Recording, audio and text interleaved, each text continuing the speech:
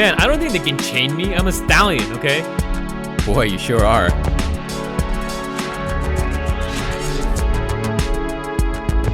Welcome, everybody, to another episode of Recreational Science, the podcast where we explore creativity in science by examining some of the funniest, wackiest, and most provocative studies ever done. I'm Lou. And I'm Tirth.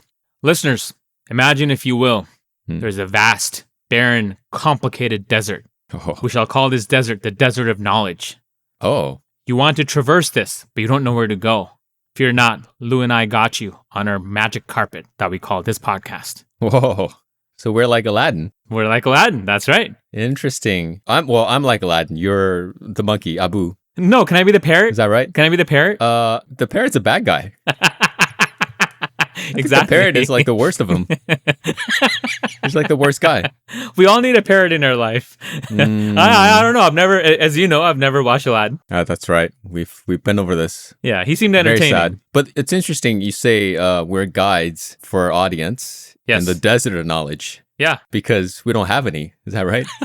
We're like a desert when it comes to knowledge. You know, now that I think about it, you know what I should have said? The oasis of knowledge. Oh. That would have made a lot more sense. We're the oasis. Right. We're taking them to the oasis of knowledge on our magic carpet. I see. They're stuck in the desert of misinformation. Yes, that's right. That's even better. Very good. Nice. Very good. Teamwork makes the dream work. That's right. Yeah. Hey, Tirth. Last week we had a party for you. We did? In Las Vegas. Mm-hmm. What was it for? It was my not bachelor party. That's right. Which confused me. It was just a weekend. It was just a regular weekend. You know, just guys hanging out. Why do you call it your not bachelor party? Because I don't like labels. You know me. I'm a humble man. Mm-hmm. But you are getting married. Oh, definitely. Most definitely. It's gonna be a real wedding. 100%. Or you're gonna call it your not wedding? Possibly. Because it's all been a lie. You've never had a fiance. No, just as I suspected all along. Please, and I'm pretty sure our listeners will agree. No, many of our listeners fiance does not exist. They know she exists. Mm-hmm. She exists. Anyways, your not bachelor party, as you call it, for some reason. Did you have fun? I had a great time. Blast. An absolute blast. One of the best experiences of my life. What's your favorite part? Can we say? Can we share? Can we share this experience? Absolutely. With the audience? This is a safe space. I'm not embarrassed of anything. I do not regret a single thing that happened this weekend. So, yes. Let's go ahead. Very good. I'm not afraid. Glad you have come to terms with the things that happened. There's nothing to come to terms with. I'm very open. I'm a very comfortable guy, you know? Comfortable in my own personality. Well, I'm glad you had fun. It was a good party, very fun party. 15 of your bestest buddies showed up. Yeah. And actually you invited more. A few more. 20 people, I think you invited. Yeah. Which, by the way, is a ridiculous number of your closest friends. I'm a popular man. What can I say? You know what having 20 closest friends is like? What is that? It's like going to a restaurant that has a really big menu. You ever done this? A Cheesecake Factory. Yeah. You go to a restaurant and the menu is like 100 items long, right?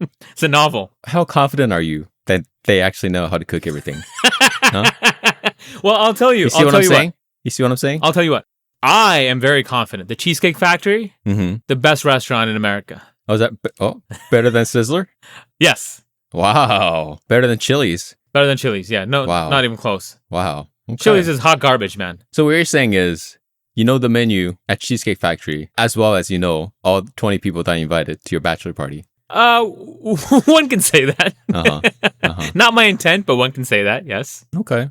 And you know, unless people think it's an insult. No, it's an honor to be compared to the menu of the Cheesecake Factory. I see. Okay. Yeah. So, like I said, your bestest buddies showed up, right? Saran was there. We've had him on our pod before. Popular guest on our podcast, let's say. Who else? Jimmy. Jimmy was there. Mario. Lorenzo. Seisman. Chad. All right. Who's Chad? Kasha Patel. We call him Cash. Wait, who's that? Oh, time out. Chad, you don't remember Chad? Chad, I don't remember Chad. Dan the Man was there. Dan the Man. He's really cool.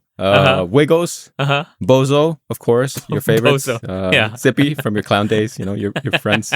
That's right. Ed the Squid, right? He was fun. He was there. Ed Squid. He was the life of the party at He really at was. times. Ed the Squid, yeah. We know how he got his nickname, don't we? Yeah, we know how exactly. Yeah, we don't need to. We don't can't need to say get it on into air. it. We can't say we it don't on need to air. get into it.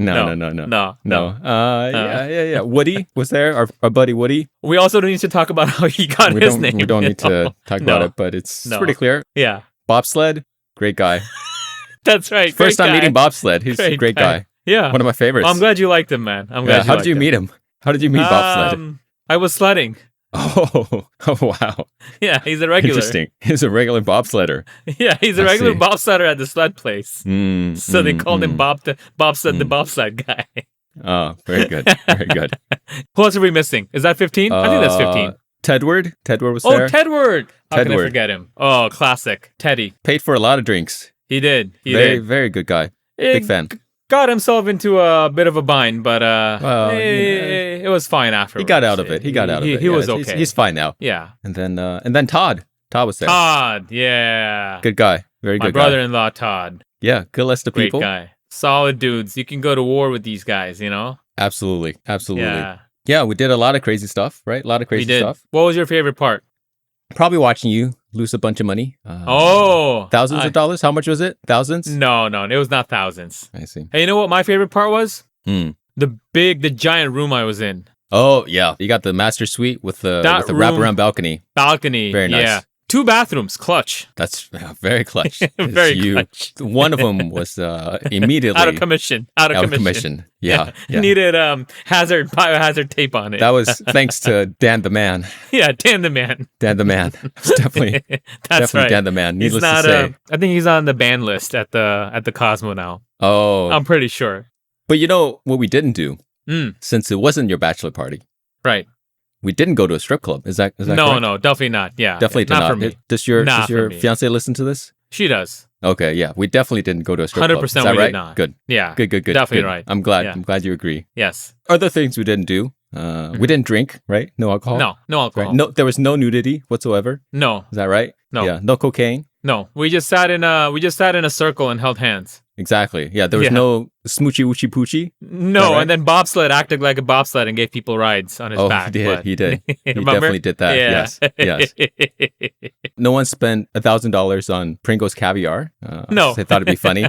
No one did that. Yeah. No, nobody would do that. That's so irresponsible. Other things that didn't happen. No one drank too much sake at dinner. No. And then challenged everyone to arm wrestling. Yes. And broke their arm. Where they almost broke the table. Nobody did that. Broke the table, broke their arm, and then had to leave early. And got banned from that hotel too. Yes. Yeah, no one did that. No. No one chugged an entire bottle of fine scotch at a concert. No. Who would do that? That's insane. Passed out at a blackjack table. Insane. Got escorted out by security. Yeah. Got into a fight with a nightclub bouncer. Also got into a fight with a potted plant thinking it was a person. That's right. But of course, nobody did that. Nobody did that. No. And he definitely did not have to be rescued by Lorenzo, who carried him on his shoulders back to the hotel. No. Yeah, why would that be the case? No. And even if it did, there wouldn't be any photographic There's no evidence. There's no footage. There's no footage. For sure not. No. No one went into a ramen restaurant called Hot Nudes. No. Thinking it was a strip club. No, who would do that? Only to get into a fight with hostess and then challenge the hostess to a push-up contest. Had to do 30 push-ups to beat the hostess, but could only muster an embarrassing 25. Weakness. No one did that. No one did that. Is that right? That's weak. Yeah. Yeah. No one did that. And if someone did, surely there won't be any videographic evidence. No. Is that correct? That's correct. That's correct. That's a sign of weakness. Who would do that? Exactly. None of that stuff happened. Yeah. It was a jolly good old time. Great time. Very pristine. Very polite. Very polite. Yeah. Weekend in Vegas. That's right. As we've discussed, and you're adamant about this, we did not go to a strip club. Is that No, correct? definitely not. Yeah. That's right. We did not. Right. I confirm one more time. Yes. Yeah. Very, very good. Very good. So while we were sitting there, all in a circle, holding hands, there was live music, flashing lights. Yeah. I had my head down because I don't objectify women. Do you agree? Yeah. I agree. Yes. Neither do I. But neither one of us. Oh. Yeah. Oh. Yeah. Is this a new development for you? No, it's not new. It's always been the case. You know this. No, well, in med school though, no, you used to wear this T-shirt in med school that said FBI, female body inspector. You remember this? I thought it was just No, I thought it was reverse psychology. It's like you make a joke about something because you believe in the opposite so much. So you're signaling that, hey, it's very safe. I'm very proper. I see. Yeah. Well, you wore this shirt like every day. Yeah, like 5 of these shirts, right? That's right. I was like Steve Jobs. I had just one wardrobe. 5 different colors, though. One color for each color that women came in is what you would say. Do I have that right? I'd almost forgotten, but yes, thank you for the reminder. Yes. And you wore this shirt on your OB-GYN rotation one time. I did. Under my happened. scrubs. What happened? Well, I was sent home early, unfortunately. Someone puked on your scrubs and you had to take off the top. Right. I had to go take it off, and then I went home and I changed and came back. Revealing the shirt. Yeah.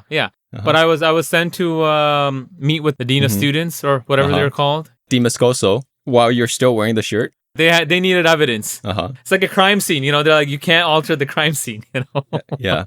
So you That's wore the write shirt. A whole essay. FBI, female body inspector to Dimoscoso, who is a woman. Yes. Oh, yeah. Yes. But, I mean, I don't know what relevance that has on this, but I tried explaining to her, that this is like postmodern humor, postmodern humor. Oh, I see.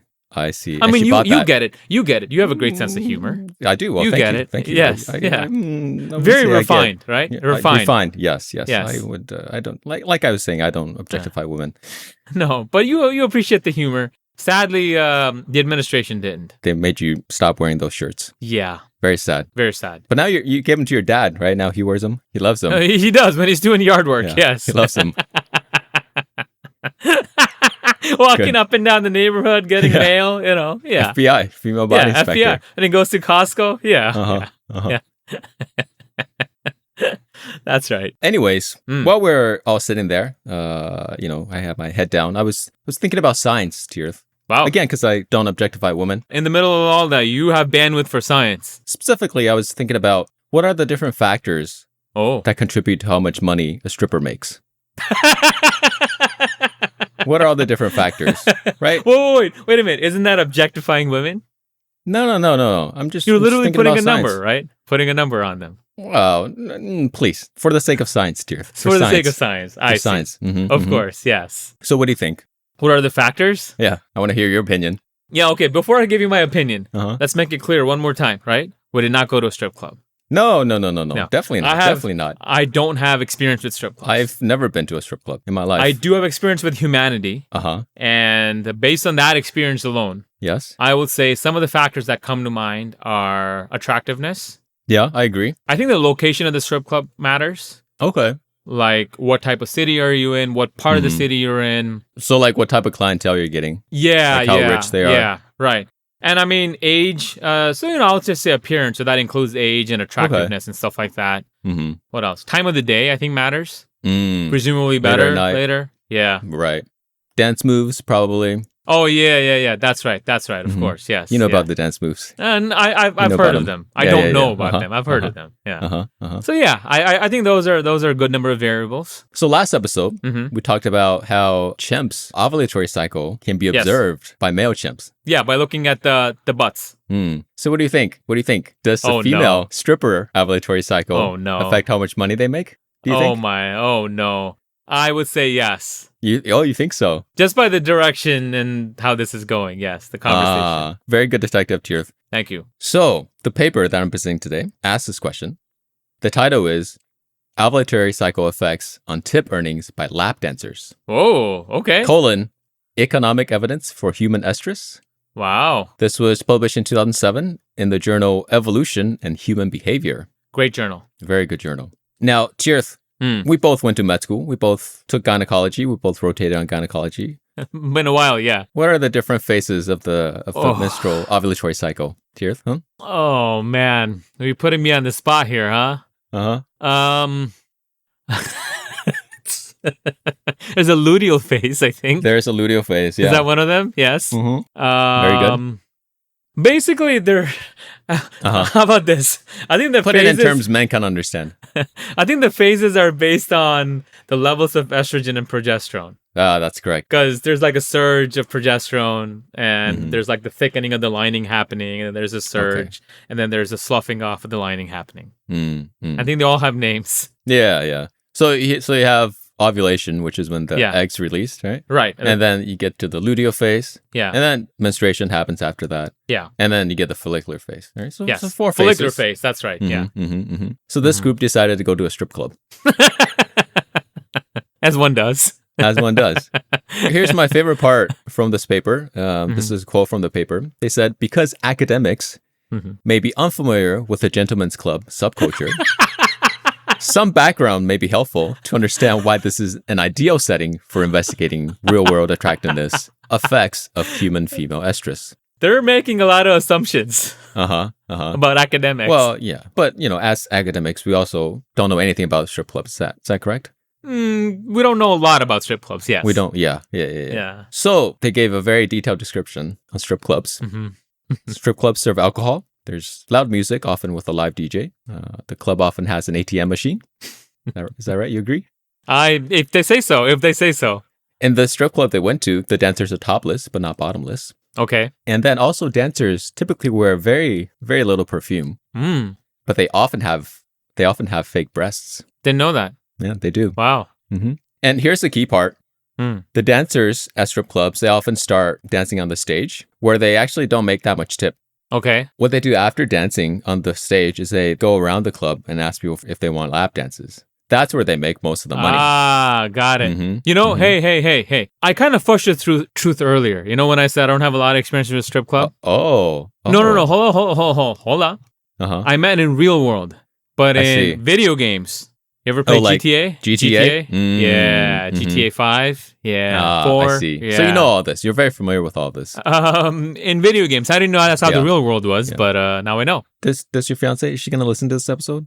Oh, yeah. Oh, okay, she's a big fan. Okay. Big fan. Oh, good. So that's where most of the tip comes from. And then actually the best way to make money is to give lap dances in the VIP area to like a really rich VIP. I see. Okay. For like your entire shift. That's the number one way to make money. So all of them are trying to get into that sort of thing. Exactly. So they're sort of competing with each other. Yeah, right. To land like the biggest, richest VIP.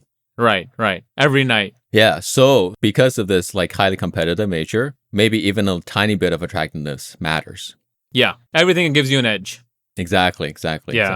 All right. The article then also gives a very detailed description of what happens during a lap dance. I'll leave it up to you and the listeners to go read that for yourself. All right. Okay. I mean, of course, just for scientific integrity. For science, right? of course. Rigor, this is all for science. Yeah. For science. Yeah. They asked 18 professional lap dancers working in gentlemen's clubs in Albuquerque to record their menstrual cycle and their tip earnings for a total of 60 days. Okay. They ended up recording 296 5-hour shifts. Okay. Which totaled about over 5,000 lap dances. So, okay, let's break that down. 18 lap dancers, 60 days, and 296 shifts? Shifts. A total of 5,000 lap dances. Over 5,000. Wow. Okay, that's a lot of lap dances. 11 of the 18 dancers were not on contraceptives. Birth control, exactly. For them, during the menstrual phase, they earned on average $185 per shift, which comes out to about $35 an hour. Pretty good. So not bad. Not bad. For the luteal phase, they made $260 per shift. Oh. $50 an hour. It's quite good, huh? A lot better. Yeah. For the ovulatory phase, what do you think? How much do they make per hour? This is $50 an hour? I'm going to say $75 an hour. Very close. $70 an hour. Ho. More than double the menstrual phase. Right, that's right. 35 to 70. That's pretty crazy, right? That's a huge difference. That is insane. Wow. Here's the really interesting part. For the women who were on birth control, the 7 dancers who were on birth control, they didn't see this peak at all. Wow. So their earnings were flat across all 3 phases. They were flat across the entire month, the entire cycle. Wow. Here's something that's even more interesting. The average for the women who were not on the pill across the entire cycle was $53 an hour. For women who were on the pill, the average was only $37 an hour. That's crazy, man. It's crazy, right? That's pretty crazy. So I think basically it argues that if you're a lap dancer, so to speak, you shouldn't be on the pill, I guess. Don't be on the pill. Gotta ovulate. Gotta ovulate. 5,000 samples. That's a lot, though, right? So what do you think? Why do you think this is? I think they're signaling that they're fertile, right? But why? How did they get the men to tip more? Or how did they land the big whale, the rich VIP more? Maybe there's a glow on their face. I don't know. You know how they say when women are pregnant, they have a glow? They have a glow, right. Yeah. So you think the men are picking up on like subtle changes in attractiveness? Right, exactly. And it's not even a conscious thing, right? It must be like whatever happening, it must be so quick, right? Yeah, I think that's a big part of it. Another alternative explanation, I think, could be that the dancers, maybe their behaviors are different. Their dance movements were different. Because they themselves know that this is happening, right? Well, not necessarily. They didn't know what the study was about. But, when they're ovulating, they have different hormones flowing. Hormones, right? So and there's different changes happening. Is a little different. Right. Yeah. That's so true. That could be part of it as well. Yeah. Hey, do they say how much did they tip the authors? Oh, The authors, no, they did not disclose. They did not disclose this information. Yeah. I see. Okay. I have a suggestion for a future study. Yeah, go ahead. I think they should turn this on its head. Okay. Go to a male strip club and see if the stages of the cycle that the women patrons affect tipping to the men or not. Affect how much they tip to the men. Yeah? That would be sick. Too, right? That would be sick. Well, don't discriminate. Yeah. If they were to do that, here's an ethical question. Would it be wrong for the bouncer to ask the women trying to go in what stage of the cycle they're on? Because, as a club as a whole, they want the biggest payers. Yeah. Or they could just be like, are you on the pill or not? You don't even need to ask the stage, right? Even, yeah. That's a good point. Yeah. If you're on the pill, don't bother coming in. You're not going to tip much. Yeah. Start advertising all over the city, you know?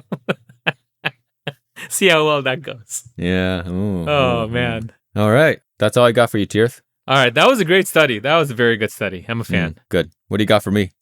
Lou, on this podcast, would you agree that in addition to informing our audience about science, we also, from time to time, we like to give them very good life advice, right? Would you agree? Very good. The best life advice. For example, on dating, multiple episodes on mansplaining, manspreading.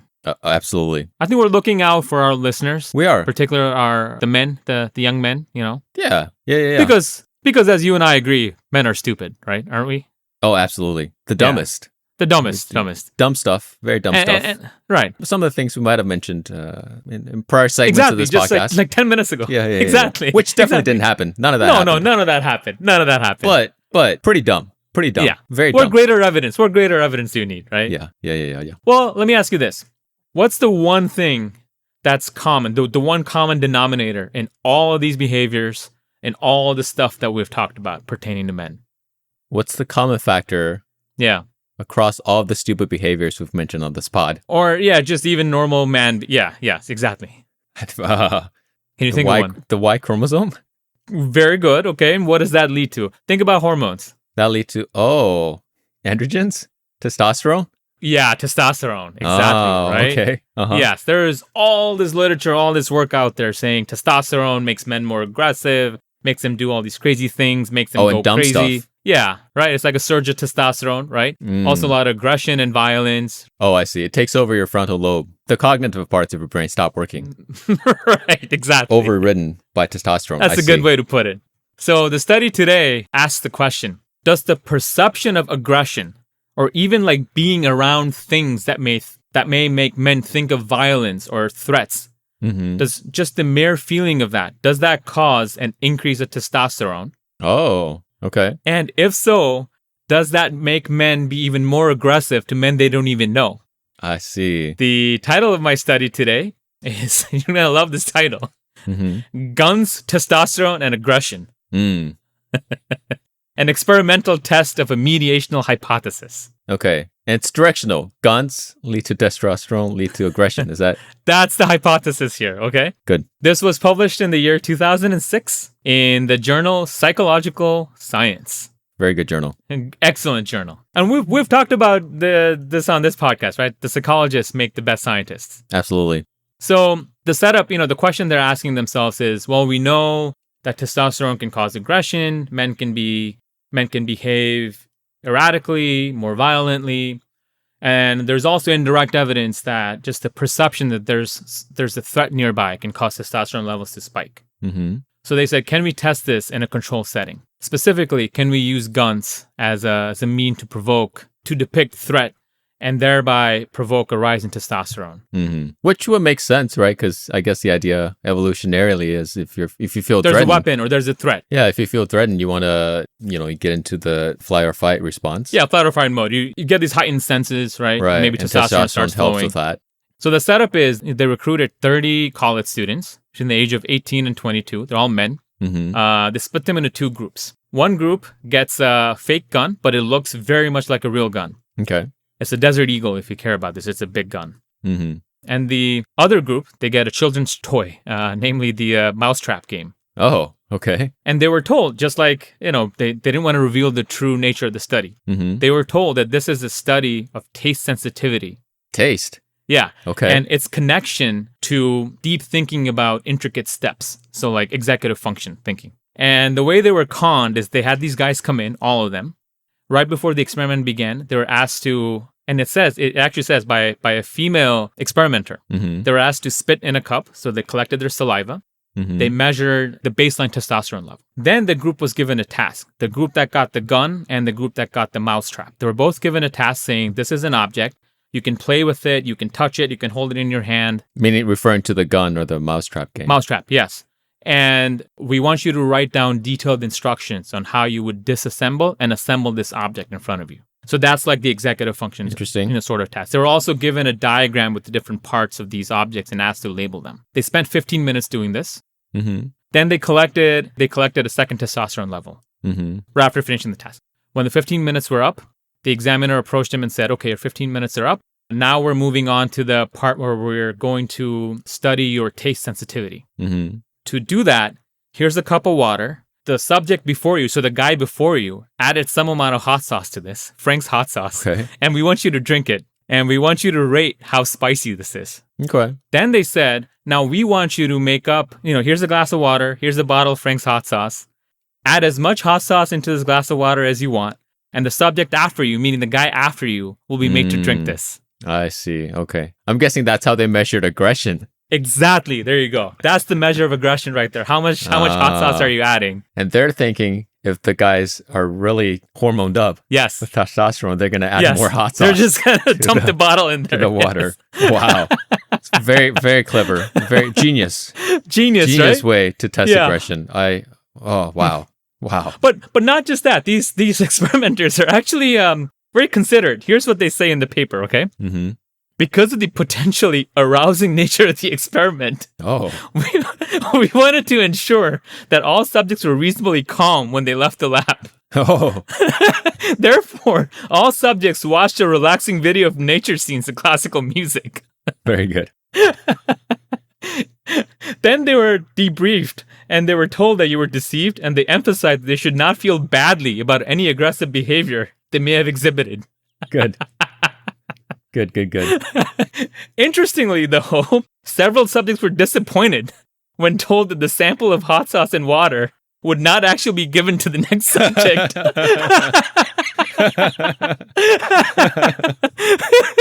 I see. Okay. Boys will be boys, man. Very good. So then they added up. What percent of the participants were disappointed? It doesn't say. Sadly, it doesn't say. Oh, they should have used that as a measure of aggression. They should have. Yeah. Oh, okay. That's okay. So then they measured up, they looked at the testosterone levels at baseline, testosterone after the task. After playing with the gun or the mousetrap. So here are the numbers, okay? The hypothesis, of course, as we've mentioned, is the guys who are playing with the gun will be more aggressive. Which is interesting. I don't know if I would have had the hypothesis, because I was thinking like if they were threatened with a gun, their testosterone levels would go up. But they're the ones playing with a gun themselves. Yeah, it's just the fact that there's a gun there and they're handling it. And it's fake, and they know it's fake. Yes. So they're not threatened by it. No. It's just a perception of aggression or threat, like a vague perception. I see. Or maybe they feel powerful when they hold the gun in their hands. Right. And that's why they're being more aggressive after that. Oh, I see. Okay, but here are the differences, okay? In the group that handled the gun, the difference in the testosterone level before they handled the gun and after the gun was 62 picograms per mil. So it rose by 62 picograms per mil. Okay. And what's that in percent? It's unclear because they actually combined all the means. Oh, okay. I think they're just comparing it to the guys who only handled the mousetrap. Okay. In whom the rise was only 0.68 picograms. So it's all relative increase compared to the guys who only handled the mousetrap. Their testosterone level shot up by like 100 times, basically. Okay. Second, the second hypothesis was, is this going to make them more aggressive as measured by how much hot sauce they're adding? Guys who handled the gun added significantly more hot sauce than guys who handled the mousetrap. So the guys who handled the gun, they added 13.6 grams of hot sauce versus 4.2 grams for the guys who handled the mousetrap. Wow. That's a big difference. Yeah, it's a huge difference. 13.4 grams? 13.6 versus 4.2. 13.6 grams. Wow, how much is that? I think it would be like a tablespoon, right? A tablespoon? It's a decent, yeah. Of like Tabasco? What was the hot sauce? Frank's hot sauce. Well, that's pretty hot. Okay, so that would hurt a little. Yeah. Interesting. Wow. Yeah, it's a big difference. Interesting. Big difference. Yeah, big difference. But I mean, it's still very correlational, right? No, everything's correlational. Absolutely. It's not clear that the testosterone is actually leading to. No. I mean, this is all indirect evidence. Absolutely. Yes. Yeah. Interesting. Yeah. Interesting. And do the authors suggest what we should do with the men who added the most amount of hot sauce? No, but maybe they're on the list. Maybe they're on the list somewhere. Should we put them on a list? Maybe they should be recruited. That these men exist? They're just out there walking around? Maybe they should be recruited in the army. Especially the ones who were were disappointed that no one was going to drink the hot sauce. Exactly. You know what this reminds me of? It reminds me of the... what was it? The Stanford prison experiment? Where they're all pretending to give shocks? Oh... That's the other one. That's the Stanley Milgram experiment. Shock experiment. Where some subpopulation of the students who were role playing as guards really enjoyed giving a lot of shocks, I think. No, I think you got two different experiments confused. Wait, there's two different studies? Yeah, there's a shock one and then there's a prison one. The shock one is they just told them to keep giving shocks. And there's a guy in the background screaming. That's right. And then the last level is the guy just stopped screaming because they died, presumably. Or passed out. And then the experimenter was still like, keep going. And then people kept going, even though the guy died. Oh, good classic stuff, man. All right, good stuff. That brings us to the end of another episode of the podcast. Tirth, what did you learn today? I learned today that if you're a researcher who... let's say has a certain habit, likes to frequent certain establishments. Oh, yes. Just make up a study about it, Oh. It gives you an excuse, yeah. To go for free. Yeah, it's a field expedition. Use your funding. Yeah, use that NIH money, the NSF money. How do you report tips on the reimbursement form? Recruitment? I don't know. Recruitment money? I don't know. Very good. What did you learn today? I learned that the next time I go out for hot wings, I shouldn't bring my gun. And wave it at the waiter.